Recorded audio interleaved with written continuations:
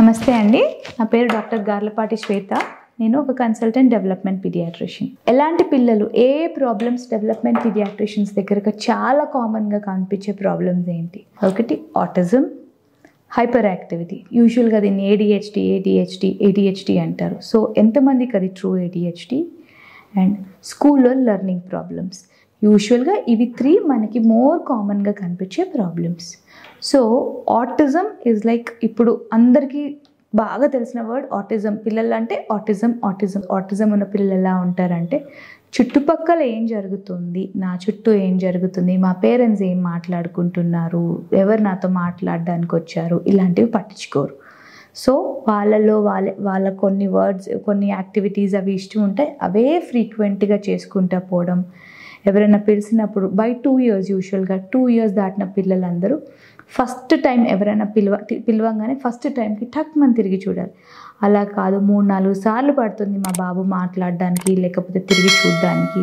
పిలిస్తే పలకడు, అంటే సనీ అని పిలిస్తే పలకడు, కానీ సనీ ఐస్ క్రీమ్ అని పిలిస్తే పలుకుతాడు. అంటే పర్పస్ కోసం పలుకుతాడు, కానీ పేరు పిలిచినప్పుడు కొంచెం కష్టంగా ఉంటుంది. కళ్ళు మొహం చూస్తాడు, కానీ ఒక 5 to 6 seconds ఒక మనిషి మాట్లాడుతుంటే ఇలా చూడలేడు, మొహంలోకి చూడలేడు. లాంగ్వేజ్ సరిగ్గా రాలేదు, కానీ మా బాబు రైమ్స్ బాగా చెప్తాడు, లేకపోతే మా పాప ఆల్ఫాబెట్స్, నెంబర్స్ అవన్నీ సీక్వెన్స్లో బాగా చెప్తుంది, కానీ లాంగ్వేజ్ ఇంకొంచెం వెనకాలే ఉంది. మమ్మీ డాడీ పిలవదు, లేకపోతే కొత్త పిల్లలు వచ్చినప్పుడు తనకంత ఇంట్రెస్ట్ చూపించదు, మేము ఫోర్స్ చేస్తే కానీ పాప వేరే పిల్లలతో కలవదు. ఇవన్నీ ఆటిజం లక్షణం అవ్వడానికి there is a very big chance.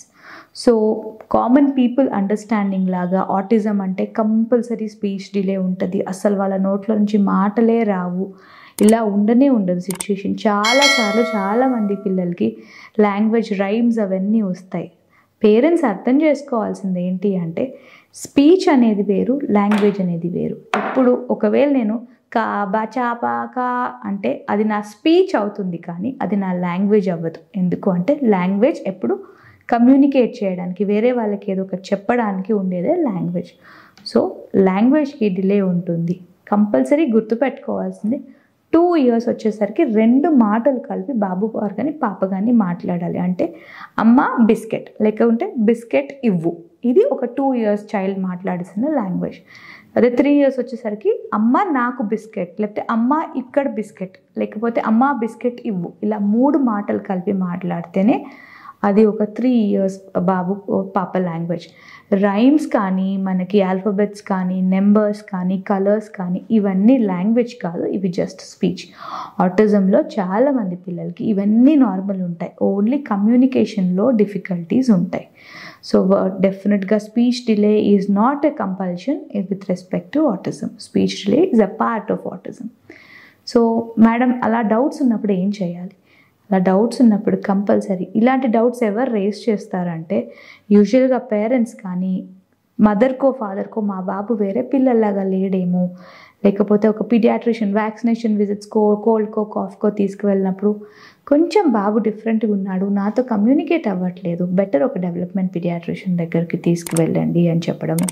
లేకపోతే స్కూల్లో కొంచెం ఇష్యూస్ అవుతున్నాయండి, బాబు కలవట్లేదు వేరే పిల్లలతో అన్నప్పుడు డెఫినెట్లీ సరే, పేరెంట్స్కి మాటలు 4 ఏళ్ళకి వచ్చాయి, డాడీకి 5 ఏళ్ళకి వచ్చాయి, మమ్మీకి 6 ఏళ్ళకి వచ్చాయి అని చెప్పేసి డెఫినెట్గా వెయిట్ చేయకండి.